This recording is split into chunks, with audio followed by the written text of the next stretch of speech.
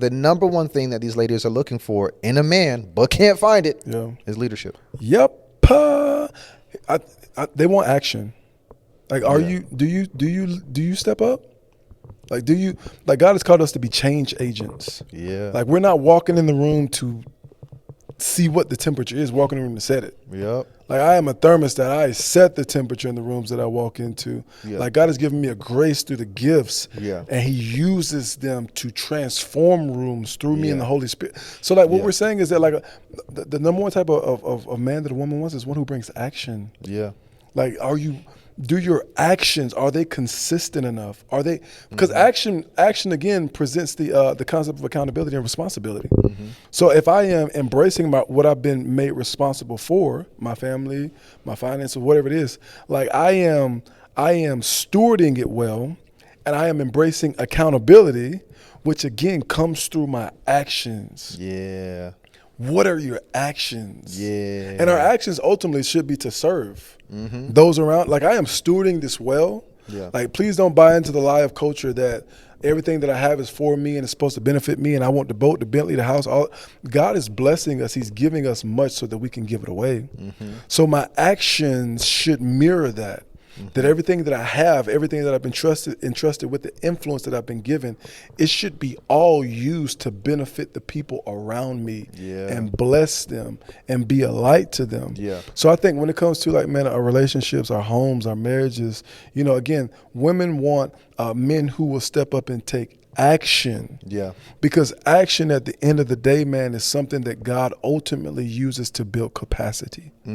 I love that. And I think it's we even see this, as Paul tells us, like, man, husbands, love your wife as Christ loved the church. Yeah. Christ is the head of the church. And, like, man, like if we don't recognize, like, our significance in how we influence our families, our loved ones, our spouses. Like, if we fail to recognize that type of influence that we have, bro, we are mismanaging what God has given us. Yep. Like, man, please don't tell me that you got married just to hook up. And that's a woman's number one fear, that you're gonna mismanage me. That's why I don't want to follow you. Exactly. I need that, and that goes back to the need for security. Yep. Yeah, because you're gonna mismanage it. So like you're a leader, but like a good leader, knows how to steward well. Ooh. Yeah. A good leader is a good steward. And so, like, bro, like, if God has given you a wife, he that finds a wife finds a good thing. Like, if God has given you a wife and you've obtained favor from the Lord, bro, like, you got to be able to steward that influence well. And I feel like that's what a lot of people, or a lot of women are looking for. Like, we see it with we see it in 1 Samuel with David and Abigail. Yeah. When David initially meets Abigail, David is on the run from Saul, and he's looking to just get a little bit of food, get a little bit of help. And what's my man's name? Nabal. Nabal. Yeah, Nabal. Nabal is a wealthy man. Yeah.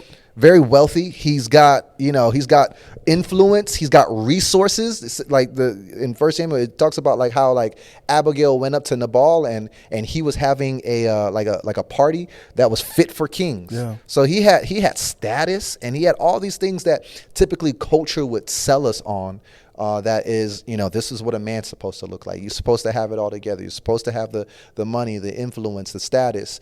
And Abigail came up to David. She says, "Hey, like, my husband, he's an idiot. Yeah.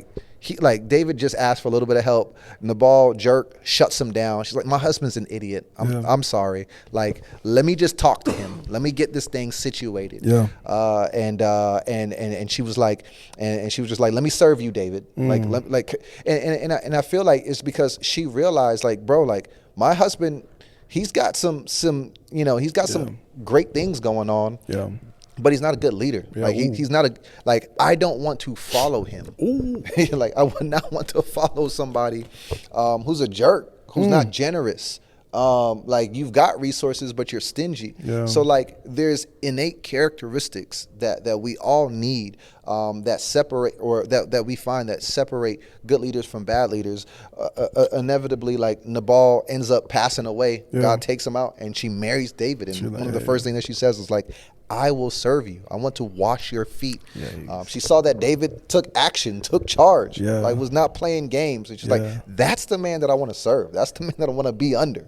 And so I think, like you said, bro, like, you know, like ladies are looking for some action. Because like the resounding question, we talked about this, you know, on a lady's heart is, am I lovable? Who will love me? So inevitably is do you have the capacity to love me? Facts. I am trying to evaluate that. And I think that is seen again through, is this man taking the responsibility and accountability to act? Again, Adam, I've placed you in this garden, I've given you a responsibility, and I'm holding you accountable to it. And your ability to obey and submit to what I have said to you prepares you for Eve, who is coming down the line. So in cultivating this garden and everything that encompasses, I've learned a level of intentionality that when Eve got here, I could understand her better. I tended this, so I'm able to tend her better. Because like we talking about capacity, like, am I lovable? Who will love me? Like, bro, do you have the emotional space? Like, do you have the emotional competency and availability to be there and to love a wife? Have you taken action? Have you taken responsibility that yields this type of harvest?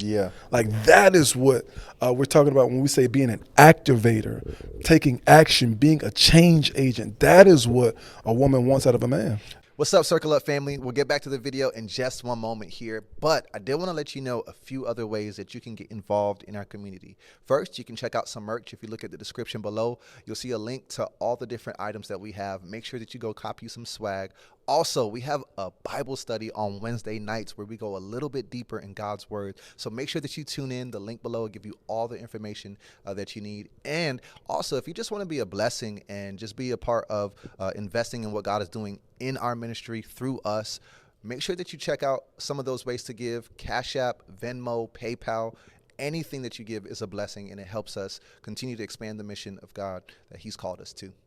Back to the video. That's what we should be looking for, like as we're dating, as we're getting to know each other. Like, I feel like a lot of people, you know, you look up and you're just like, you're married and you're like, oh, you don't do this, you don't do this. Well, you should have been knew that. You should have been knew that. But I do have a question for you. So like we realize, like, okay, that's a huge trait. It's probably the number one trait that that women are looking for in a man that they can't find. But do you think that like the want for that trait has been perverted? So as in, like, I want a leader, but I want me a bad boy. I want somebody that talks to me like I'm trash. That isn't emotionally available. Like, have you seen that? What do you think about that? Yeah, and I gotta stew on that, but I feel like, you know, I have learned that one of a woman's greatest challenges is to resist the desire to fix. So a lot of times I've seen where, like, a woman likes to fix a man, or like, you know, and wants that space to fix. And I think that, yeah, man. Like, run that question back from me one more time. Yeah, man. Do you think that want for a leader has been perverted in some senses? Have you seen that? Yeah, for sure, man. I think, you know, again, we've been indoctrinated by what we see, what we view.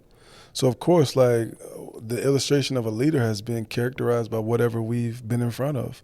So if what I watch is Sexy Red, then, like, okay, then I'm just looking for the leader that she is projecting. I don't think I'd ever. Which is like, in my darkest days. I want to say but, like, she's preaching the type of man that she believes is a leader. You gotta have this much money, this type of car. You gotta be able to do this, like that, you gotta flip me up, turn me around. Like, bro, this is wild. Like, boy, she's saying Maverick City. And indeed, like, even those characteristics, like, they required action. They required a level of action, like, to attain and get to that place. But is that kingdom action? Like, is that kingdom work, or is that worldly fruits? So I definitely think, man, it can be distorted, because we can start piecing together our idea of what we think a leader is. So I think at the root of it, like, what does a woman want? She wants a man of God, a Christian woman. She wants a man of God. But I think one of the greater characteristics in that is one who takes action. He's not passive. He's active in his faith. He leads well. Hey, what's up, Circle Up fam? So glad that you were able to tune in today. I hope you were blessed by the conversation. Here's what you need to do. You need to make sure that you like, comment, subscribe, share, do all the things. It's going to help us so much. And hey, you can actually check out the full conversation by clicking the link in the bio below. Peace out.